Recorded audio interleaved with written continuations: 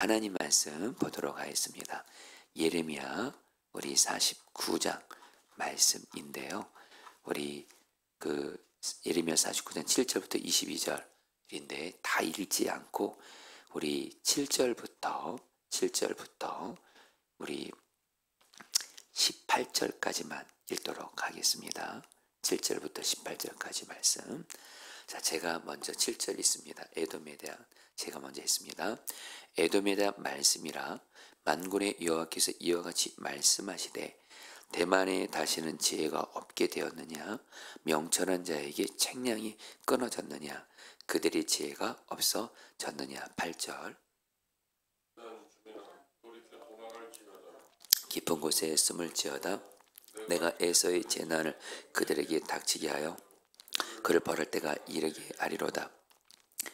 포도를 거두는 자들이 내게 이르면 약간의 열매도 남기지 아니하겠고 밤에 도둑이 오면 그 욕심이 차기까지 멸하느니라. 그러나 내가 에서의 옷을 벗겨 그 숨은 곳이 드러나게 하였나니 그가 그 몸을 숨길 수 없을 것이라. 그 자손과 형제와 이웃이 멸망하였은즉 그가 없어졌느니라. 내 고아들을 버려도 내가 그들을 살리리라. 내 과부들은 나를 의지할 것이니라. 여호와께서 이와 같이 말씀하시니라. 보라, 술잔을 마시는 습관이 없는 자도 반드시 마시겠거든. 내가 형벌을 온전히 면하겠느냐? 면하지 못하리니 너는 반드시 마시리라. 여호와의 말씀이니라. 내가 나를 두고 맹세하노니 보스라가 놀램과 치욕거리와 황폐함과 저주거리가 될 것이요 그 모든 성읍이 영원히 황폐하리라 하시니라. 여러분 여기까지만 읽겠습니다. 여러분 여기까지만 읽는 걸로 하겠습니다. 우리 성도님들, 우리 오늘 그 말씀은 여러분들 기억하시나요? 이제 예레미야 46장부터 이제 예레미야 51장까지는 이제 하나님께서 그 예레미야 46장 전까지는 하나님의 백성이 유다 백성들의 죄악에 대해서 죄악에 대해서 이렇게 심판을 말씀하시고 그러면서도 하나님의 백성들을 회복시켜 주겠다는 그런 말씀을 하시다가 이제는 하나님께서 그 유다 백성들과 직간접적으로 연관되어 있는 이방 나라들의 심판에 대해서 말씀하시는데요. 여러분 오늘은 특별히 그 어떤 이방 민족이냐면 바로 에돔에 대해서 하나님이 심판하셨다는 말씀입니다. 여러분 그래서 여러분들 제가 지난주에도 말씀드렸던 것처럼 하나님이 이방 민족들을 심판하신다고 할 때 우리의 초점은 하나님이 왜 그 이방 민족을 왜 심판하시는지 그게 초점이라고 했습니다. 여러분 오늘 말씀에서 하나님이 에돔을 심판하시겠다. 여러분 왜 하나님이 에돔을 심판하시겠다고 하실까요? 단순합니다. 바로 교만입니다. 교만. 먼저 여러분 그 에돔이 어떤 민족이죠?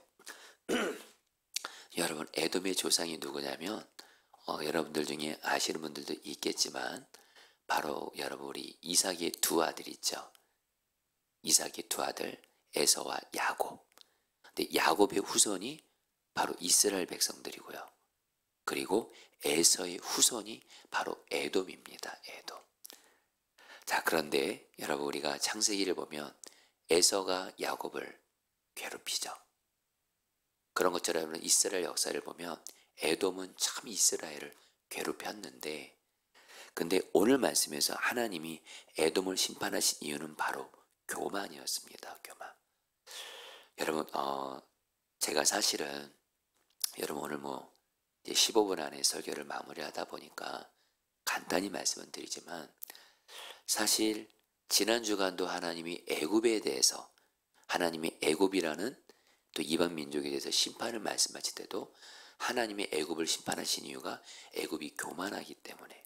근데 오늘도 에돔을 심판하신다고 하면서 교만에 대해서 말씀하시는 거예요. 그래서 여러분 제가 사실은 오늘 말씀을 준비할 때 주님 오늘 말씀을 통해서 저에게 이렇게 저에게 교만한 모습이 있습니까? 이렇게 주님께 묻게 되더라고요. 그러면서 정말 주님께서 저에게 있는 어떤 교만한 모습에 대해서 말씀을 하시고 깨닫게 하시고 회개케 하시고 그리고 오늘 말씀을 통해서 돌이키게 하시더라고요. 성도님들 항상 하나님의 말씀을 묵상할 때 여러분 우리가 오늘 찬양한 대로 말씀 앞에서 주님을 경외한다고 했는데 하나님이 어떤 말씀을 주셔도 여러분 꼭 물어보세요. 하나님 이 말씀을 통해서 나에게 말씀하세요. 나에게 말씀하실 것이 있으십니까? 그러면 여러분 저는 사실 제가 지난 주간도 애굽에 대한 말씀을 통해서 교만했던 모습들을 회개하고 그래서 그렇게 이렇게 교만하거나 이렇게 막 그러지 않는 모습이 없지 않을까 생각했다가 오늘 말씀을 또 주 앞에 묵상하면서 하나님이 저에게 어떤 교만한 모습을 또 말씀하셔서 오늘 말씀 통해서 돌이키게 됐거든요. 자, 성도님들도 오늘 말씀 통해서 나 교만하지 않아 이렇게만 생각하지 마시고 오늘 말씀을 통해서 주신 말씀을 듣고 여러분들에게 혹시 하나님 앞에서 교만한 모습이 있다면 반드시 회개하고 돌이켜서 겸손한 자로 하나님 앞에 서시기 바라겠습니다. 먼저 여러분 에돔이 왜 교만했냐면 두 가지 이유 때문입니다. 여러분 그 시간적 관계상 간단히 말씀드리는데 여러분 7절 말씀 같이 읽어볼까요? 에돔에 대한 말씀이라 하시죠. 에돔에 대한 말씀이라 만군의 여호와께서 이와 같이 말씀하시되 대만에 다시는 지혜가 없게 되었느냐 명철한 자에게는 책량이 끊어졌느냐 그들의 지혜가 없어졌느냐. 여러분 여기서 나오는 대만은 에서의 손자 중 한 사람인데 어쨌든 여러분 여기서 애굽에 대해서 어떤 말이 나옵니까? 지혜, 명철 이 말이 계속 나오죠. 한마디로 여러분 에돔은요 자기들이 지혜가 많고 명철함이 많다고 여러분 교만했던 거예요. 실제로 그 당시에 에돔은 지혜롭고 명철한 자가 많기로 소문난 곳이었고 그래서 여러분 에돔은 어떻게 해요? 바로 자기들이 가진 지혜와 명철 때문에 교만한 거였습니다. 자, 그러면서 여러분 또 에돔이 또 교만했던 이유가 여러분들도 16절 말씀에 나오는데 여러분 16절 말씀 같이 읽어볼까요? 바이틈에 살며 같이 읽겠습니다. 시작. 바이틈에 살며 산꼭대기를 점령한 자여 스스로 두려운 자인 줄 여김과 내 마음의 교만이 너를 속였도다. 내가 독수리같이 보금자리를 높은 데에 지었을지라도 내가 그리로부터 너를 끌어내리라. 이는 여호와의 말씀이니라. 여러분 여기서 에돔이 내 마음의 교만이 너를 속였다. 에돔이 교만하다고 했는데 왜 교만해요? 그 앞에 나오죠. 바위 틈에 살며 산 꼭대기를 점령한 자요. 여러분 이게 무슨 말씀이냐면요. 에돔은요.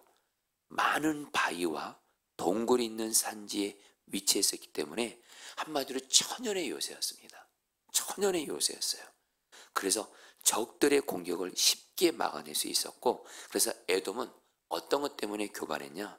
우리는 많은 바위와 동굴이 있는 산지에 위치해 있고 그래서 적의 공격을 쉽게 막을 수 있기 때문에 이런 천연 요새 때문에 어떤 나라도 우리를 결코 이기지 못한다 하면서 자기들이 가진 천연 요새 때문에 교만했다라는 거예요. 자, 그런데 여러분 오늘 말씀에서 여러분 계속 나오는 어떤 한 단어가 있습니다. 그것은 뭐냐면 바로 내가입니다. 하나님이 자신을 내가 하면서 교만한 에돔을 내가 정말 대적하겠다, 심판하겠다 말씀하세요. 여러분 15절 말씀 보라 내가 같이 읽겠습니다. 시작. 보라 내가 너를 여러 나온 가운데서 작아지게 하였고 사람들 가운데서 멸시를 받게 하느니라. 내가 교만한 에돔을 내가 작아지게 하겠다. 그래 여러분 16절에도 내가 너를 끌어내겠다. 여러분 19절에도 내가 그들을 거기에서 쫓아내겠다 하면서 여러분들 교만한 에돔을 하나님 자신이 대적하시겠다는 거예요. 그리고 나서 여러분 실제로 어떻게 되죠? 하나님께서 바벨론을 통해서 결국 여러분 에돔을 심판하시고 멸망하게 된다는 게 오늘 말씀의 내용입니다. 자, 이제 우리 성도님들, 오늘 말씀 많은 내용들이 있는 것 같지만 여러분들 하나님이 우리에게 준 메시지는 단순합니다. 제 시간 교회에서 또 온라인으로 우리 오늘 말씀 듣고 계신 분들, 성경의 중요한 진리, 여러분들 바로 우리 성경의 진리죠. 베드로전서 5장 5절 말씀, 우리 같이 한번 좀 따라 볼까요? 하나님은 교만한 자를 대적하시되, 하나님은 교만한 자를 대적하시되. 따라합니다. 겸손한 자들에게는 은혜를 주시느니라. 겸손한 자들에게는 은혜를 주시니라. 여러분, 저와 여러분들도 하나님의 백성이고 자녀지만요, 우리가 교만하잖아요. 그러면 하나님은요, 교만을 가장 싫어하신다고 성경에서 말씀하십니다. 왜요? 교만이란 얘기는 바로 내가 하나님 노릇하는 거거든요. 그래서 하나님이 교만을 가장 싫어하세요. 그래서 우리가 교만하면 하나님은 그 순간 우리를 사랑하시기 때문에 여러분 우리에게 손을 대십니다. 여러분 잠언 16절 18절, 교만은 패망의 선봉이요. 잠언 18장 12절, 겸손은 존귀의 길잡이니라. 교만하면 그거는 정말 망하는 길이에요. 그리고 겸손하면 그게 바로 하나님께 은혜 받는 길이에요. 자, 성도님들, 오늘 말씀을 통해서 우리가 분명한 진리 하나, 하나님은 교만한 자를 대적하신다. 근데 거꾸로 겸손한 자는 하나님께서 은혜를 주신다. 이 진리를 기억하면서 좀 구체적으로 오늘 여러분 어떻게 하지 않는 것이, 어떻게 하는 것이 교만하지 않은 거고 겸손한 것인지 간단히만 말씀 나누고 이제 우리 말씀 붙들게 되었습니다. 첫 번째입니다. 여러분, 에돔이 자기들은 지혜가 많고 명철이 많고 능력이 많다고 생각했어요. 그래서 그들은 자기들의 능력과 지혜를 의지하고 하나님을 의지하지 않았습니다. 여러분, 에돔도 그 조상이 에서입니다. 바로 그들도 하나님을 믿고 의지해야 되는데 에돔은요, 명철과 지혜가 많았기 때문에 하나님 의지 안 해요. 내 머리, 내 지혜, 내 능력 의지하는 거예요. 그래서 하나님께 심판받는 거예요. 성도님들, 저와 여러분들이 주는 첫 번째, 어떻게 하면 교만하지 않고 겸손한 것이냐? 단순합니다. 여러분들, 나의 능력과 지혜를 절대로 의지하지 마십시오. 그러면 하나님은 우리가 나의 능력, 나의 지혜를 의지하고 하나님을 의지하지 않으면 하나님은 우리에게 은혜를 줄 수가 없습니다. 그러나 거꾸로 하나님이 설령 나에게 지혜를 주시든 능력을 주시든 결코 나의 능력과 지혜를 의지하지 않고 오직 나는 하나님만 의지합니다. 이렇게 나갈 때 은혜를 주십니다. 특별히 하나님만 의지하는 사람은 그 드러나는 모습이 있어요. 바로 기도의 사람입니다. 기도의 사람. 여러분들, 그래서 저와 여러분들은 정말 평생 주와 동행하시면서 나의 지혜와 능력을 의지하지 않고 오직 하나님만 의지하는 기도로 사는 사람 되시기를 축복합니다. 기도로 사는 사람. 이게 바로 겸손한 사람이에요. 오늘 이 새벽에 우리 기도하러 오신 성도님들, 오늘 잘하신 겁니다. 기도가 뭐죠? 하나님, 나의 능력과 나의 지혜로는 되지 않습니다. 나는 오직 하나님만 의지합니다. 여러분, 하나님은 겸손한 사람은 반드시 은혜를 주십니다. 여러분, 하나님만 의지하면서 기도를 사시면서 겸손한 자 되시기를 축복합니다. 자, 두 번째는 뭐냐면, 여러분, 교만한 사람은 어떤 사람이냐? 내가 가진 것을 통해서 나를 자랑하는 거예요.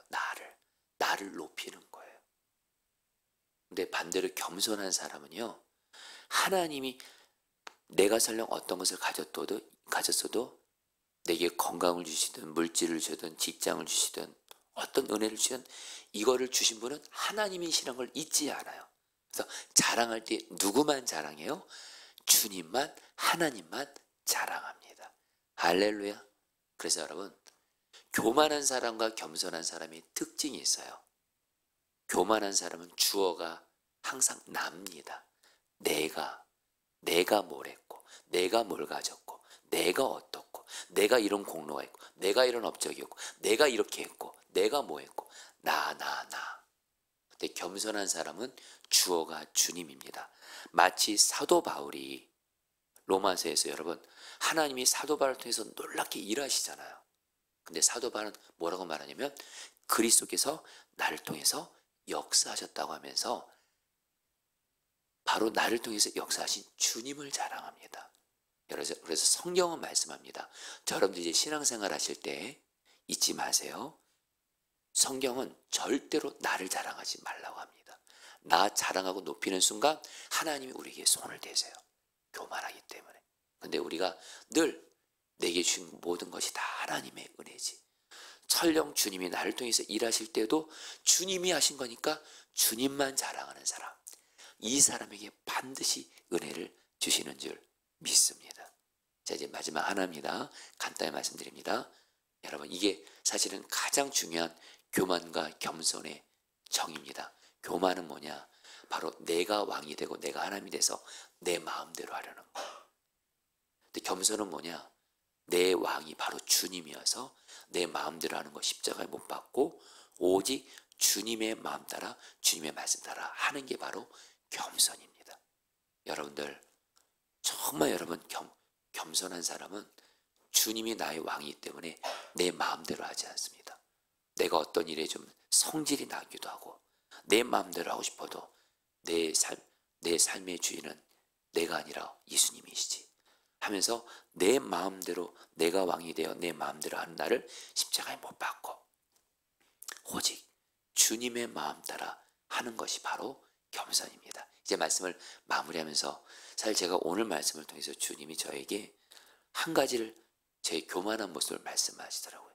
어제 좀 어떤 일이 좀 있었습니다. 어제 어떤 좀 마음에 좀 속상한 일이 있고 또 그리고 그 좀 속상하게 했던 어떤 좀 사람이 있었습니다. 그래서 그 사람에게 제가 제 성질대로 하고 싶은 거예요. 참지 않고 이제 내 마음대로 하고 싶은 거예요.